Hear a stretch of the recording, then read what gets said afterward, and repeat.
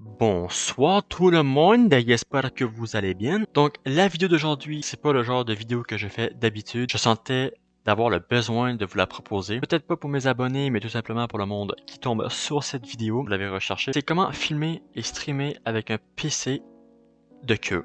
Voilà. Et quand je veux dire PC de queue, c'est un PC vraiment de merde comme le mien. Tu vois, moi dans mon PC en ce moment même, je n'ai pas de carte graphique. Je vous la montre. Voilà, je n'ai pas de carte graphique. J'ai seulement un SSD, un i5 2. Je sais plus trop quoi, tellement que c'est de la sauce, et 8 Go de RAM. C'est vraiment un PC de merde. Et aujourd'hui, je vais vous montrer comment stream et filmer avec ce PC de merde. Donc, premièrement, vous allez avoir besoin d'OBS, bien évidemment. Premier conseil que je vous propose dès le lancement d'OBS, c'est d'appuyer à droite ici et désactiver l'aperçu. Ça va vous donner un gain d'FPS et de puissance.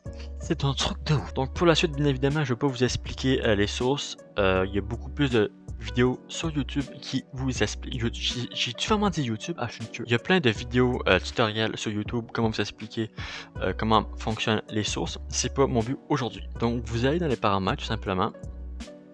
Alors dans les paramètres, vous allez aller dans la catégorie sortie et en mode de sortie, vous allez mettre 5. Pour le streaming ici, vous allez mettre le débit vidéo à 10 000 kbps.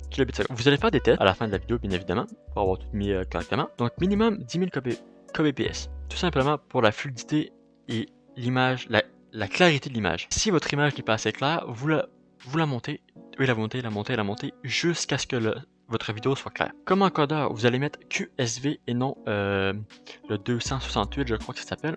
Tout simplement parce que ça marche beaucoup mieux et ça demande moins de ressources. Si vous avez une carte graphique, bien évidemment, prenez Nvidia. Pour le débit audio, vous allez tout simplement mettre 160. Vous ne touchez à rien. Vous n'activez pas les paramètres avancés, c'est tellement inutile. Donc, pour l'enregistrement, le chemin d'accès d'enregistrement, vous allez mettre dans votre queue. Voilà. Personnellement, je l'ai mis dans mon projet vidéo. Ceci est à votre guise, si vous voulez l'activer ou pas. La qualité d'enregistrement, vous allez mettre identique au stream. Donc, ça va être à 10 000 kbps.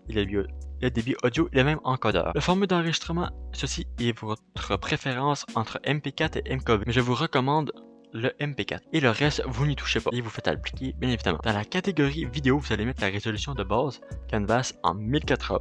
Donc 1920 par 1080. Et la même chose pour la résolution de sortie. Pour le bien de la vidéo, je l'ai mis en 60 fps. Mais je vous conseille bien évidemment de le mettre à 30 fps. De toute façon, les streams sur Twitch à 60 fps, c'est plus pour les beasts, you know? Et vous faites appliquer. Pour les petites crises de Québécois de calice qui regardent ma vidéo, je parle plus en français parce que c'est plus clair pour les autres, ok? C'est bon? Vous êtes pas les seuls, hein? Vous êtes des putes. Donc ensuite, vous allez dans la catégorie avancée. Dans général, priorité du processus, normalement, vous êtes à normal. Vous allez mettre supérieur à la normale. Voilà, c'est un petit conseil. Faites ce que vous voulez avec. Et vous faites appliquer. Alors, c'était juste ça. Pas plus compliqué que ça, vraiment très simple si vous avez tout fait exactement comme moi dans la vidéo. N'oubliez surtout pas d'activer l'aperçu. Mais si vous avez un overlay et tout, vous faites tout en premier. Dès quand tout est réglé, vous désactivez l'aperçu et vous le mettez dans votre deuxième écran. Du coup, ça va être beaucoup mieux, ça va prendre beaucoup moins de... C'était juste un petit tutoriel aujourd'hui que j'avais besoin de partager parce que j'ai beaucoup de difficultés avant de pouvoir réussir. Donc moi je te dis à la prochaine, n'hésitez pas à me dire si vous avez besoin de plus de tutoriels et moi je te dis à la prochaine, bye bye!